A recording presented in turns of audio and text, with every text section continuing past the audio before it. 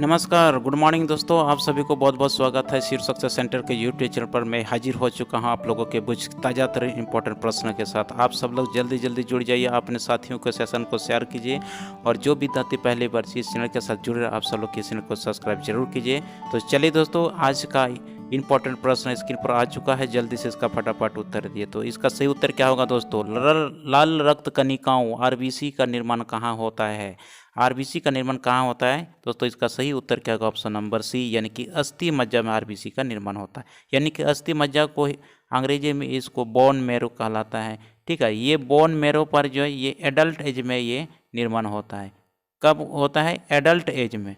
ठीक है, adult age में एडल्ट एज में ये बोन मैरो में अस्थि मज्जा में क्या होता है? ये आरबीसी का निर्माण होता है। लेकिन छोटे बच्चे यानी वैसे बच्चे जो भ्रूण अवस्था में हैं, ठीक है, कैसे बच्चे? जो भ्रूण अवस्था में हैं, भ्रूण अवस्था में जो बच्चे हैं उसका फॉर्मेशन कहाँ होता है आरबीसी का? ये यकृत यानी कि लीवर के अंदर में। ठीक है, राइट। ठीक है, चलिए नेक्स्ट सवाल। मनुष्य का सामान्य रक्तचाप यानी कि ब्लड प्रेशर कितना होता है? तो मनुष्य का सामान्य रक्तचाप कितना होता है? 120/80, यानी कि option number B is correct. ठीक है, option number B is correct, यानी कि 120/80। और 120 को क्या कहलाता है दोस्तों? 120 को सिस्टोलिक कहलाता है। क्या कहलाता है? सिस्टोलिक कहलाता है। और 80 नीचे वाला को क्या कहलाता है? इसको डायस्टोलिक कहलाता है। ओके, डायस्टोलिक कहलाता है। तो सिस्टोलिक बटा डायस्टोलिक यानी कि 120/80 होता है। चलिए नेक्स्ट सवाल, ये रहा अगला सवाल। ये सवाल में थोड़ा सा मिस्टेक है, थोड़ा सा ये मिस्टेक है सवाल को मैं सुधार के आप लोगों को पूछ रहा हूँ। ठीक है, सवाल में क्या है? इंसुलिन में कौन सा धातु उपस्थित होता है? तो ये सारा धातु तो नहीं है, तो इसके अनुसार ये ऑप्शन थोड़ा सा मिस्टेक है। तो इसीलिए मैं सवाल को थोड़ा सा मैं चेंज कर रहा हूँ, धातु को काट देता हूँ। ठीक है, धातु को काट देता हूँ और सवाल में पूछ रहा हूँ आप लोगों को इंसुलिन कहाँ से स्रावित होती है। बस थोड़ा सा मैं इसको क्वेश्चन को थोड़ा सा मैं चेंज कर रहा हूँ। इंसुलिन, ठीक है, इंसुलिन कहाँ से स्रावित होती है? इंसुलिन कहाँ से स्रावित होती है? कहाँ से स्रावित? ठीक है, इंसुलिन कहाँ से स्रावित होती है? सवाल में चेंज कर दिया। ठीक है, कहाँ से स्रावित होती है इंसुलिन? तो इंसुलिन कहाँ से स्रावित होते हैं? आग्नाशय से। कहाँ से दोस्तों? आग्नाशय से। आग्नाशय को अंग्रेजी में पेनक्रियाज कहलाता है। पेनक्रियाज एकमात्र मिश्रित ग्रंथि है दोस्तों, एकमात्र क्या है? मिश्रित ग्रंथि है, जहाँ से पेनक्रियाज से एक हार्मोन का भी सेक्रेट करता है और आपका इंजाइम का भी सेक्रेट करता है। तो इस वजह से ये आग्नाशय क्या है? ये अग्नाशय क्या है? ये मिश्रित ग्रंथि है और ये इंसुलिन का ये श्रवण करती है। इंसुलिन एक प्रकार का हार्मोन होता है जो कि शुगर को कंट्रोल करता है, शुगर को नियंत्रण करने का काम करता है इंसुलिन। और इंसुलिन का हार्मोन अग्नाशय की एक बीटा सेल होता है, इस बीटा सेल से क्या होता है? इंसुलिन का स्रावित होता है। सवाल ये पूछने वाला था लेकिन सवाल थोड़ा सा कुछ टेक्निकल प्रॉब्लम से क्या हुआ, ये कुछ मिस्टेक हो गया। तो चलिए खैर कोई बात नहीं, चलिए अगला सवाल फिर चलते हैं। अगले सवाल क्या है? देखिए स्क्रीन पर आ चुका है, बहुत सुंदर सवाल है। आज का बहुत ही सुंदर सुंदर सवाल मैं लेके आया हूँ। तो चलिए अगला सवाल क्या है? इंसुलिन की खोजकर्ता कौन है? तो चलिए इसका जल्दी से फटाफट दीजिए। इंसुलिन का खोजकर्ता कौन है दोस्तों? Option number B, Banting and Best. कौन है? इंसुलिन की खोज किसने किया है? बेंटिक एंड बेस्ट दोनों संयुक्त रूप से मिलकर इसने इंसुलिन का खोज किया है। चलिए अगला सवाल, अगला सवाल क्या है? रक्त जमने में किस तत्व की मुख्य भूमिका होती है? रक्त जमने में, ठीक है, रक्त जमने में किस तत्व की मुख्य भूमिका होती है? तो जल्दी से इसका फटाफट दीजिए। इसका कौन सा तत्व? इसका कैल्शियम। कौन सा तत्व मुख्य भूमिका है? कैल्शियम। और यदि विटामिन पूछा जाएगा, विटामिन पूछा जाएगा तो कौन सा दोस्तों? विटामिन। ठीक है, विटामिन पूछा जाएगा तो कौन सा? विटामिन पूछा जाएगा तो कौन सा दोस्तों? विटामिन के। रक्त को जमने में कौन सा विटामिन जो है? विटामिन के। ठीक है, विटामिन के कारण से रक्त जमता है। विटामिन पूछा जाए तो के, और तत्व पूछा जाए तो कैल्शियम। और प्रोटीन पूछा जाएगा दोस्तों, प्रोटीन पूछा जाएगा तो प्रोटीन पूछा जाएगा तो फाइब्रिनोजिन प्रोटीन। कौन सा प्रोटीन? फाइब्रिनोजिन। फाइब्रिनोजिन नोजिन प्रोटीन। कौन सा? Fibrinogen protein. रक्त को जमने का कौन करता है? Fibrinogen protein. रक्त को जमने कौन नहीं देता है? कौन नहीं देता है? हेपेरिन। कौन? हिपेरिन। हिपेरिन। हिपेरिन रक्त को शरीर के अंदर में जमने नहीं देता है, और विटामिन के रक्त को ये क्या जमने का काम करता है। और फाइब्रिनोजिन प्रोटीन पूछा जाए तो फाइब्रिनोजिन प्रोटीन। तत्व पूछा जाए तो कैल्शियम। Okay right. चलिए अगला सवाल पे चलते हैं। बहुत सुंदर सवाल है। मानव शरीर के अंदर रक्त निम्न में से किसकी उपस्थिति के कारण नहीं जमता है? जस्ट मैंने आप लोगों को बताया किसकी उपस्थिति के कारण नहीं जमता है? हिपेरिन के कारण से। किसकी उपस्थिति के कारण? हिपेरिन के कारण से। दोस्तों मैं आप लोगों को एक बता दूं कि जो हिपेरिन यदि अधिक मात्रा में क्या होता है? एक्टिवेट हो जाता है। कभी कभी क्या होता है? बहुत एक्टिवेट हो जाता है, जो कि एक हीमोफिलिया, जो क्या हीमोफिलिया, सॉरी हीमोफिलिया, ठीक है, हीमोफिलिया, ठीक है। हीमोफिलिया एक बीमार है। हीमोफिलिया एक बीमार है, ये आनुवंशिक बीमार है दोस्तों। हीमोफिलिया, हीमोफिलिया एक बीमार है। ये हीमोफिलिया बीमार में हिपेरिन इतना ज़्यादा क्या हो जाता है? एक्टिव हो जाता है कि जो रक्त जम ही नहीं पाता है। ठीक है, क्या हो जाता है? जम ही नहीं पाता है, इतना एक्टिवेट हो जाता है हीमोफिलिया बीमार में। ठीक है, यानी कि ब्लड वो निकालने लग जाता है और वो एकदम कंट्रोल में नहीं हो पाता है, और इसी तरह से आदमी की मौत हो जाएगा।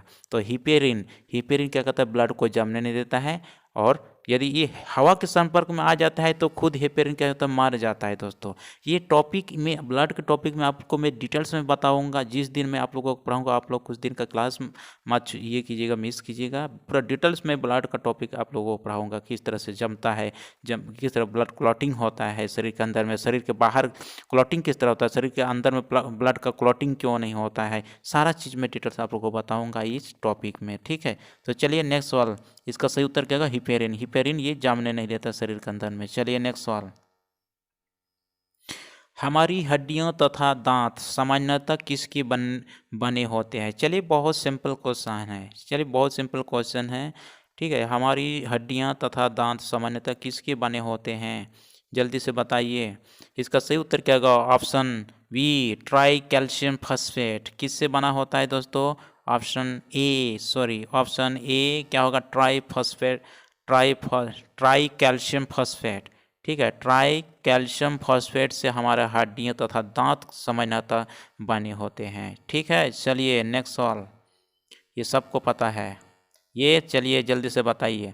निम्नलिखित विटामिनों में से किसमें कोबाल्ट पाया जाता है? वेरी गुड, बहुत आंसर, बहुत वेरी गुड। हाँ, कौन सा आंसर सही होगा दोस्तों? ऑप्शन नंबर डी, यानी कि विटामिन B12 में क्या कोबाल्ट होता है? क्या होता है? विटामिन B12 में कोबाल्ट होता है, और विटामिन के ये रक्त को थक्का जमाने में काम करता है। तो चलिए दोस्तों नेक्स्ट सवाल पर चलते हैं। अगला सवाल ये रहा स्क्रीन पर, बहुत सुंदर सवाल है, बहुत सुंदर सवाल है। NTPC ग्रुप डी वालों ध्यान दीजिए। ठीक है, चलिए दोस्तों, निम्नलिखित में से कौन सा विश्व का सबसे बड़ा पुष्प है? Very good.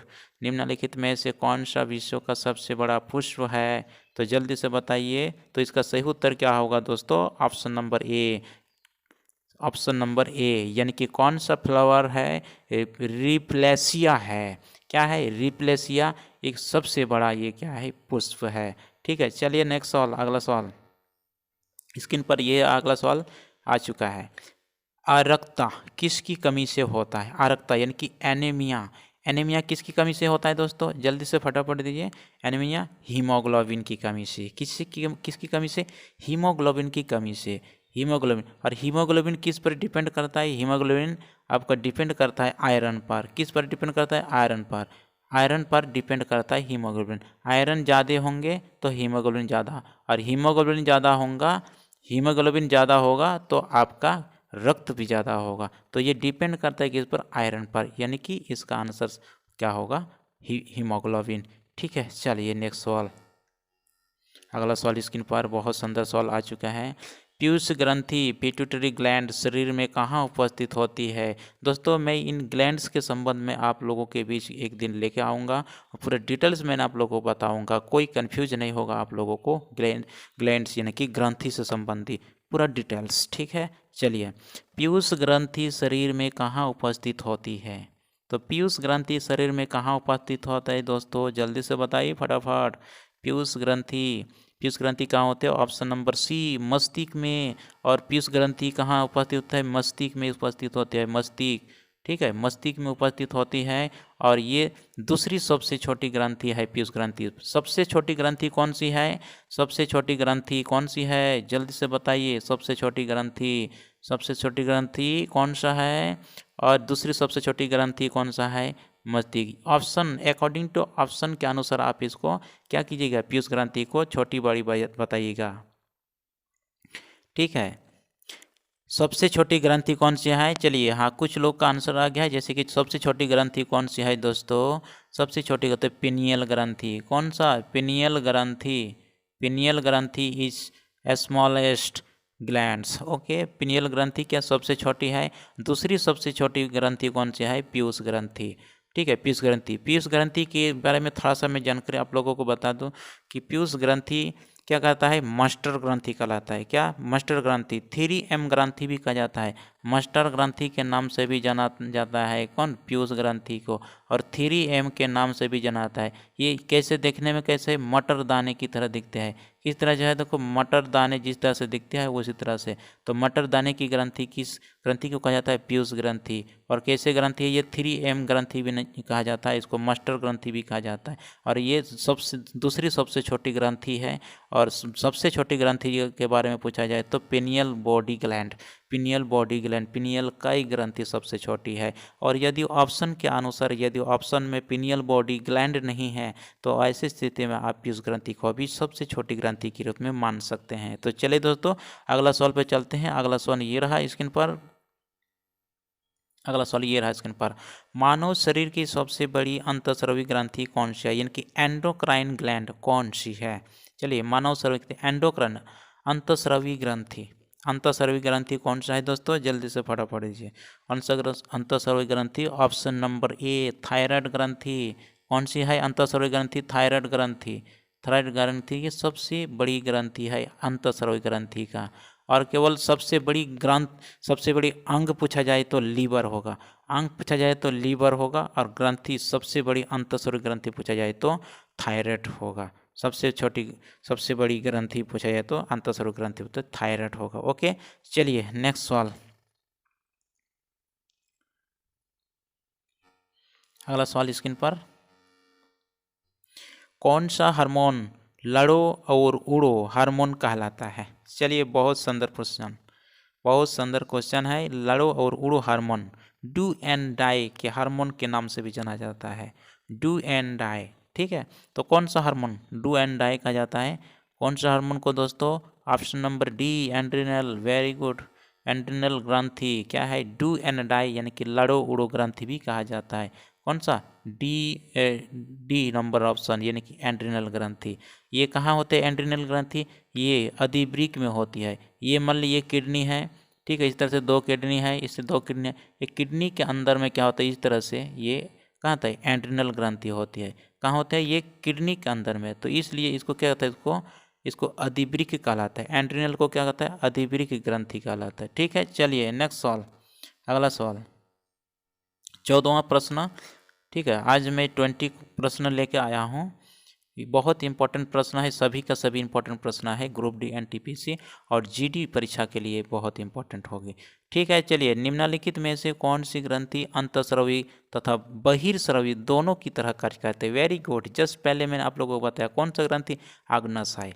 Option number A is right, ठीक है, option number A is right. यानी कि आग्नाशय एकमात्र ऐसा ग्रंथि है जो मिश्रित ग्रंथि कहा जाता है। ये जो हार्मोन, ठीक है, हार्मोन भी सेक्रेट करती है और आपका एंजाइम को भी सेक्रेट करती है। इसलिए सो दोनों को कहलाते सो जो अंतःस्रावी ग्रंथि को ये मिश्रित ग्रंथि के नाम से जाना जाता है। यानी कि दोनों को क्या करते हैं? सेक्रेशन करता है, हार्मोन का भी और एंजाइम का भी। ठीक है, चलिए नेक्स्ट सवाल। अगला सवाल ये भी बहुत इंपॉर्टेंट सवाल है। मानव रक्त का पीएच मान कितना होता है? तो मानव रक्त का पीएच मान कितना होता है दोस्तों?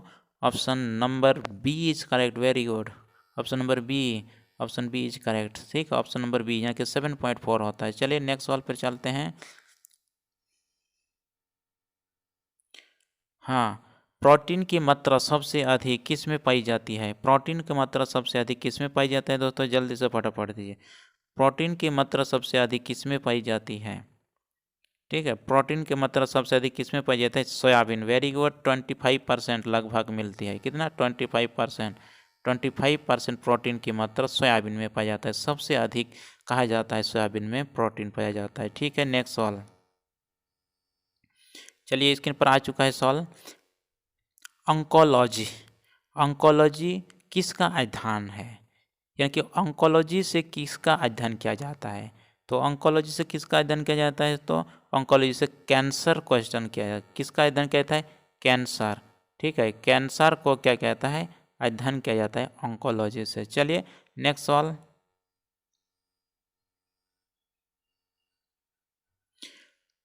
पेनिसिलिन की खोज किसने की थी? पेनिसिलिन की खोज किसने की थी दोस्तों? अलेक्जेंडर फ्लेमिंग ने की थी। किसने की थी?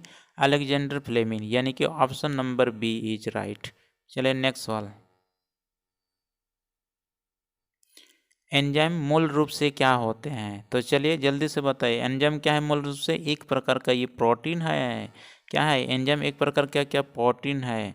एंजाइम एक प्रकार का क्या है? प्रोटीन है। ओके, चलिए नेक्स्ट सवाल। गुर्दे का गुर्दे का कार्यात्मक इकाई क्या है? चलिए, गुर्दे गुर्दे मतलब किडनी। किडनी, तो किडनी के बारे में भी आप लोगों को मैं डिटेल्स ले आप लोगों के लिए मैं डिटेल्स लेकर आऊँगा टॉपिक। ठीक है, उस दिन मैंने आप लोगों को पूरा डिटेल्स किडनी के बारे में आप लोगों को बताऊंगा। ठीक है, तो किडनी का कार्यात्मक इकाई यानी कि सबसे छोटी इकाई किडनी का क्या है? तो सबसे छोटी इकाई क्या है दोस्तों? नेफ्रॉन। Option number B. यानी कि नेफ्रॉन क्या है?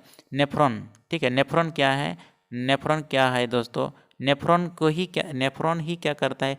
हमारा शरीर से जो ब्लड होता है उस ब्लड को यूरिया से अलग करता है। कौन? नेफ्रॉन करता है।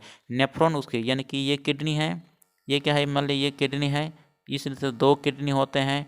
ठीक है, दो किडनी होता है और इस किडनी के अंदर में छोटे छोटे बहुत छोटे छोटे बहुत माइक्रो जैसे बहुत छोटे छोटे जो है क्या इस तरह से लगभग एक किडनी के अंदर में 10 लाख नेफ्रॉन कहा जाता है, होता है 10 लाख। कितना मिनिमम? कितना? 10 लाख। 10 लाख से एबव हो सकता है एक किडनी में। तो इसलिए टोटल कितना? लगभग लगभग 20 लाख नेफ्रॉन होते हैं छोटे छोटे, ये किडनी के अंदर में ये नेफ्रॉन होते हैं। ठीक है, चलिए, तो ये अंतिम प्रश्न दोस्तों 20 प्रश्न था आज का। और इसी तरह से आप लोगों के बीच मैं इस तरह से अलग अलग टॉपिक से मैं अच्छे अच्छे प्रश्न लेकर आऊँगा जो आपके परीक्षा की दृष्टि से इम्पोर्टेंट होगी, आपके परीक्षा के लिए सहायकता होगी। उस प्रकार की मैं ये प्रश्न लेके मैं आप लोगों को मैं प्रैक्टिस करवाऊँगा। और मैथ का भी मैं प्रैक्टिस कराऊँगा। मैथ भी आप लोगों को बहुत सुंदर ट्रिक्स मैं आप लोगों को बता रहा हूँ। कल मैंने आप लोगों को टाइम एंड वर्क मैथ का मैंने बताया, और इसी तरह से मैंने सभी टॉपिक को कवर करते हुए सभी ये सेक्टर का कवर करते हुए मैं आप लोगों के बीच लेकर आऊँगा। आप सब लोग बस इस चैनल के साथ जुड़े रहिए और सेशन को शेयर कीजिए, ताकि और भी विद्यार्थी है उन सभी विद्यार्थी को भी इस वीडियो का फ़ायदा मिल सके। और इसी तरह से आप सब लोग जुड़े रहिए, और यदि सब्सक्राइब नहीं किए हैं तो सब्सक्राइब ज़रूर कीजिए, ताकि जो भी वीडियो मैं अपलोड करूँ या जब भी मैं लाइव आऊँ तो आप लोगों को सबसे पहले ये नोटिफिकेशन मिल जाए कि वीडियो अपलोड किया गया या फिर लाइव आया। तो चलिए दोस्तों, इसी के साथ आज की सेशन पर यहीं पर समाप्त करते हैं। सभी साथियों को बहुत बहुत धन्यवाद। Thank you very much. जय हिंद।